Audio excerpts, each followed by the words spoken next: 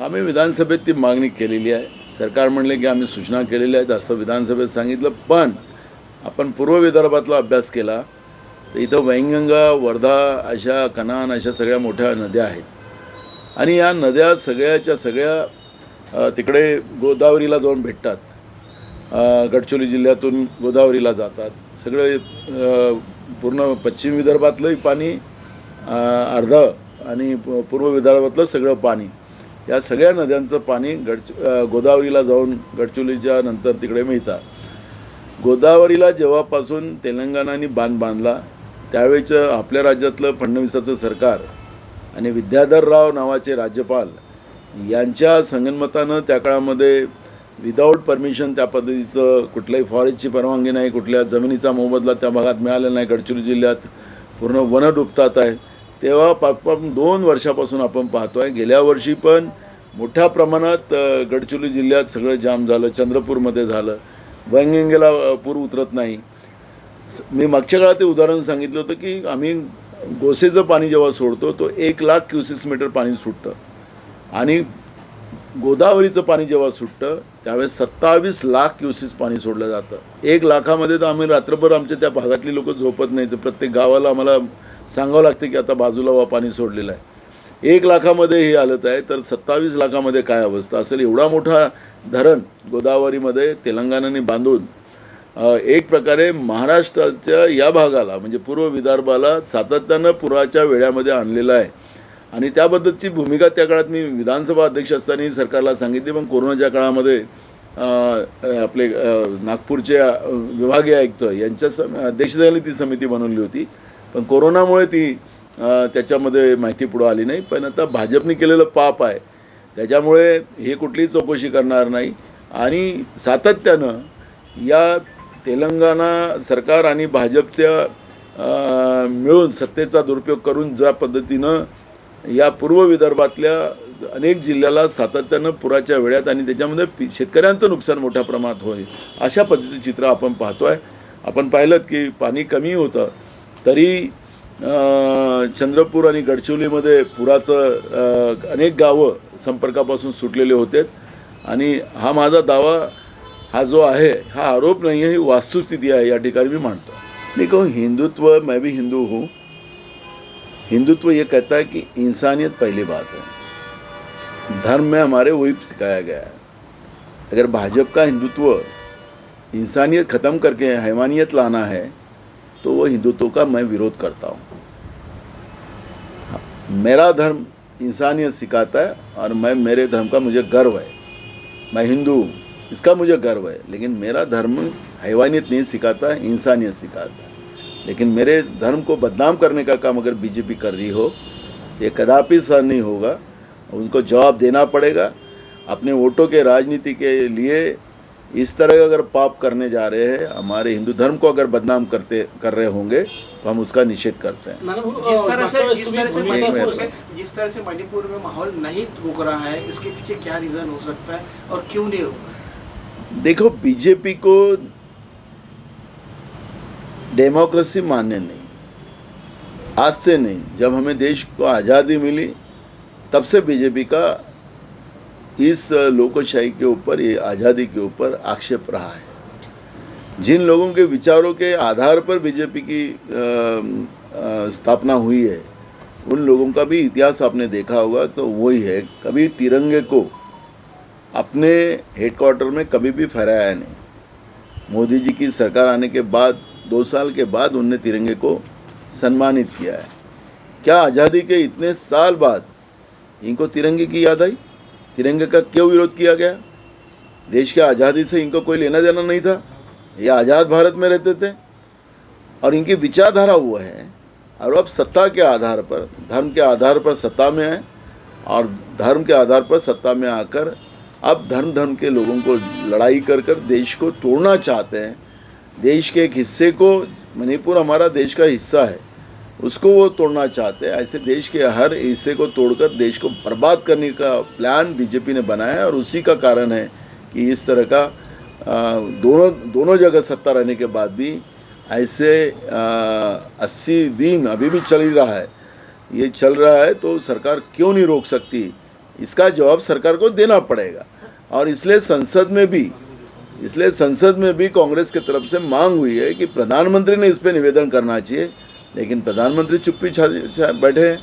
तो इसका मतलब है कि नरेंद्र मोदी जी इसमें खुद गिल्टी है और उन्हीं के माध्यम से ये सब पाप किया गया है, यही अब स्पष्ट होता है। छत्तीसगढ़ में चुनाव होने वाला है, अमित शाह की ये 1 महीने में तीसरी बैठक है और कांग्रेस और कुछ अधिकारियों के ऊपर ईडी की कार्रवाई ज़्यादा होगी। देखो, उनके पास अभी इलेक्शन का एक ही फार्मूला है, ईडी, जो हमने कहा कि भय और खुद भ्रष्टाचारी है, दूसरे के ऊपर भ्रष्टाचार का आरोप लगाना, यही उनका एकमेव काम है।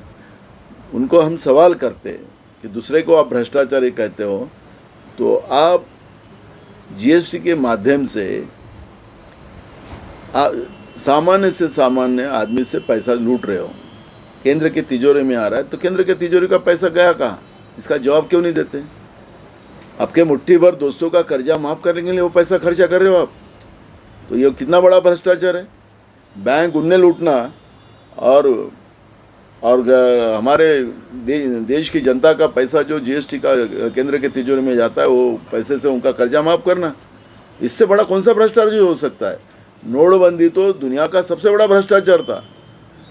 तो भ्रष्टाचार और भाजपा, भ्रष्टाचार और भाजपा का एक ही नाम है और इसलिए उन्हें उसको भाजपा बनाकर रखा है। भ्रष्टाचार का वही नाम है भाजपा, और इसलिए दूसरे के ऊपर आरोप लाना और सत्ता का दुरुपयोग कर केंद्रीय तपास का यंत्रणा का दुरुपयोग करना, यही भाजपा का काम है और वो कर रहे।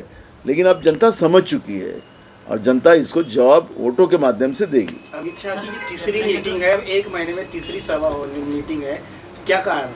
देश के गृह मंत्री है, मणिपुर जल रहा है, दुनिया अपने पे थू कर रही है, देश पे कलंक लग रहा है और वो गृह मंत्री है। वहाँ जाके बैठकर मणिपुर को शांत करना वो उनका दायित्व है। लेकिन नरेंद्र मोदी जी और अमित शाह जी सिर्फ प्रचारक है। वो तो आरएसएस के भी प्रचारक रहे, वो तो शान से बोलते कि हम आरएसएस के प्रचारक हैं। तो अब सत्ता में बैठने के बाद भी वो प्रचारक का ही काम कर रहे हैं। जो सत्ता उनको मिली है उससे देश का हित हो, तो वो उनको नहीं चाहते। देश बेच के देश चलाते। देश की कितनी सार्वजनिक उपक्रम व्यवस्था इन लोगों ने बेची है, इसका जवाब भी देश की जनता को आपको देना है।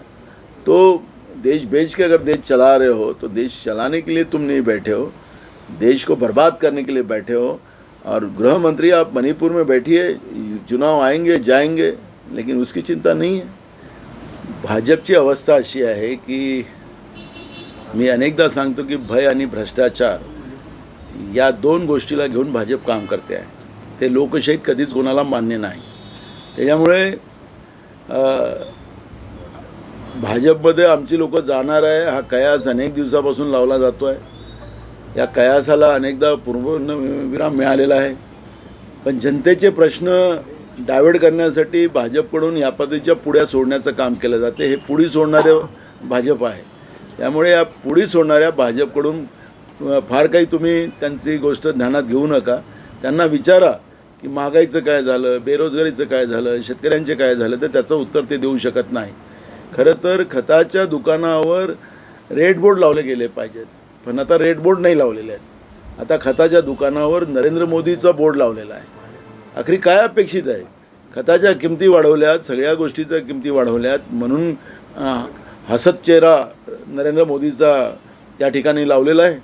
हा प्रश्न शेतकरी आणि सामान्य माणूस विचारतो आहे। त्यामुळे भाजपच्या या पद्धतीच्या टिंगलटवाळ्याकडे जाऊ नका, जनतेच्या प्रश्नावरच भाजपला ओढा, एवढीच आमची विनंती।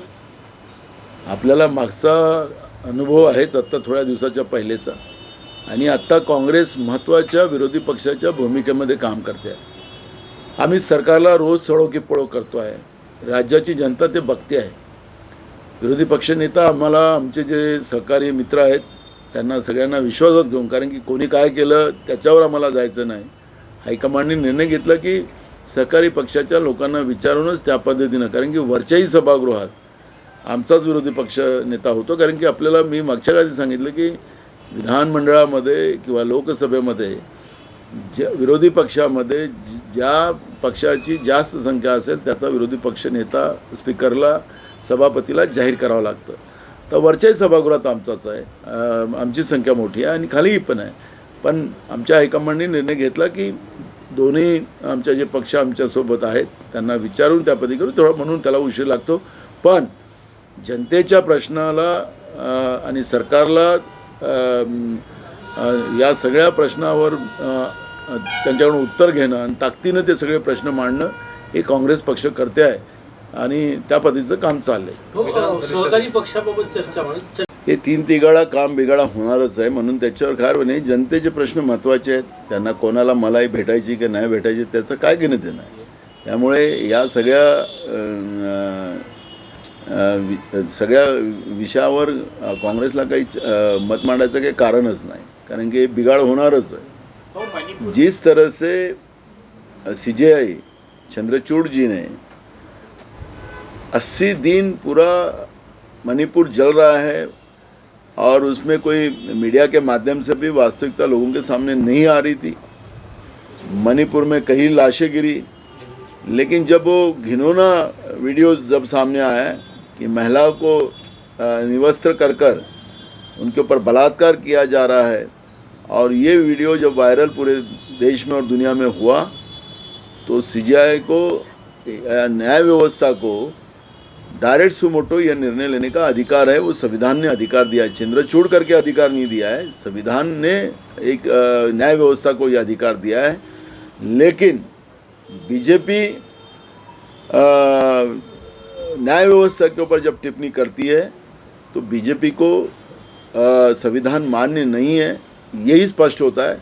और अब न्याय व्यवस्था इस पे क्या डिसीजन लेती है इस तरफ हमारा ध्यान है, क्योंकि न्याय व्यवस्था का पवित्र ठिकाना ये सीजेआई का ही महत्वपूर्ण जवाबदारी होती है. और मुझे लगता है कि सीजेआई इस पे ध्यान देंगे और इस तरह से टिप्पणी करने वालों को, ऐसे पार्टी को, उनके पास जो अधिकार संविधान ने दिया है उस अधिकार के आधार पर कार्रवाई करेंगे, ऐसा हमें लगता है. म्हणून झाली असेल आता या आठवड्यामध्ये तो निर्णय होईल. विधान परिषदेमध्ये सुद्धा ज्या पद्धतीने तुम्ही मागणी केली होती, ज्याची संख्याबळ जास्त, विधान परिषदेत तुमचा दावा कायम आहे? बिलकुल आहे, म्हणून तो हायकमांडच्या निर्णयाचीच वाट आम्ही बघतोय आणि म्हणून तुम्हाला तो सविस्तर त्याच्याबद्दलची माहिती दिली. या अधिवेशनाचा निर्णय होणार आहे का? कारण आपण पहिला अध्यक्षांचा निर्णय जो होता तो तुम्ही सोडल्यानंतर निर्णय होऊ शकला नाही. हाही विरोधी पक्षाचा निर्णय नाही. या आठवड्यामध्ये विरोधी पक्ष नेता होईल. वक्तव्य केला. भाजपला सत्तेची मस्ती आलेली आहे, जनतेने चूक केलेली आहे की यांना बहुमत देऊन यांच्यामध्ये सत्तेची मस्ती यामुळे निर्माण झालेली आहे. जवळपास 80 दिवस मणिपूरच्या घटनेला झालेल्या 80 दिवस मणिपूर जळतं आहे. देशाचे प्रधानमंत्री 80व्या दिवशी बोलतात आहेत. 80 दिवस प्रधानमंत्री कधी अमेरिकेत, कधी फ्रान्समध्ये आणि देशात राहिले तर मग आपल्या पक्षाच्या प्रचारामध्ये राहिले, असं चित्र आपण पाहतो आहे. आमचे नेते राहुल गांधीजी मणिपूरला गेलेत, त्यांना जायला मनाई केलं तरी ते त्या ठिकाणी पोहोचलेत, तिथल्या लोकांच्या भावना ऐकल्यात, ते देशाच्या समोर मांडल्यात आणि तिथल्या लोकांनाही आवाहन केलं की आपण शांततेचं प्रस्तावित. कारण मग तिथं असलेलं भाजपचं सरकार आणि केंद्रात असलेल्या भाजपच्या सरकारने दोन समूहामध्ये, दोन्ही समूह आदिवासीचे समूह होते, दोन्ही समूहामध्ये भांडणं लावून मणिपूर पेटवण्याचं पाप केलं. मणिपूरच्या विधानसभेतल्या 10 आमदारांनी भाजपच्या गृहमंत्री अमित शहाला पत्र दिलं की आम्हाला या भारतात राहायचं नाही, आम्हाला आमचं स्वतंत्र देश निर्माण करायची परवानगी द्या, अशा पद्धतीचं पत्र दिलं. आणि मग चॅनलला त्या ठिकाणी अलाव केलं गेलं नाही, तिथली माहिती पुढं येऊ दिली गेली नाही. पण जेव्हा सोशल मीडियाच्या माध्यमातून महिलांना निवस्त्र करून त्यांच्यावर ज्या पद्धतीनं अत्याचार केला गेला, त्यांच्यावर बलात्कार केला गेला आणि हे व्हिडिओज जेव्हा सोशल मीडियाच्या माध्यमातून देशात आणि जागतिक पातळीवर गेले, त्यावेळेस सुमोटो निर्णय घेण्याचे अधिकार संविधानाने न्यायव्यवस्थेला दिलेले आहेत. आता ते चीफ ऑफ सीजीआय आहे आणि या सीजीआयनी या पद्धतीनं सुमोटो निर्णय घेतला, हे संविधानाच्या आधारावर घेतलेलं आहे, व्यक्ती म्हणून चंद्रचूडजींनी नाही घेतलेलं आहे. आता हे बीजेपी संविधानालाही मान्यता करत नाही अशा पद्धतीचं ही जी गरमी आहे सत्तेची यांच्या मनात ही आता जनता उतरवेल. हे सगळं मणिपूरमुळे आपल्या देशाला कलंक लावण्याचं पाप नरेंद्र मोदींनी केलं हे आम्ही अनेकदा सांगतोय. आम्ही तर परवा सांगितलं की नरेंद्र मोदींनी खरं तर थोडीशी माणुसकी असेल, थोडीशी पण असेल तर स्वतः प्रधानमंत्री पदाचा राजीनामा द्यावा ही मागणी आम्ही काँग्रेसकडून केलेली आहे.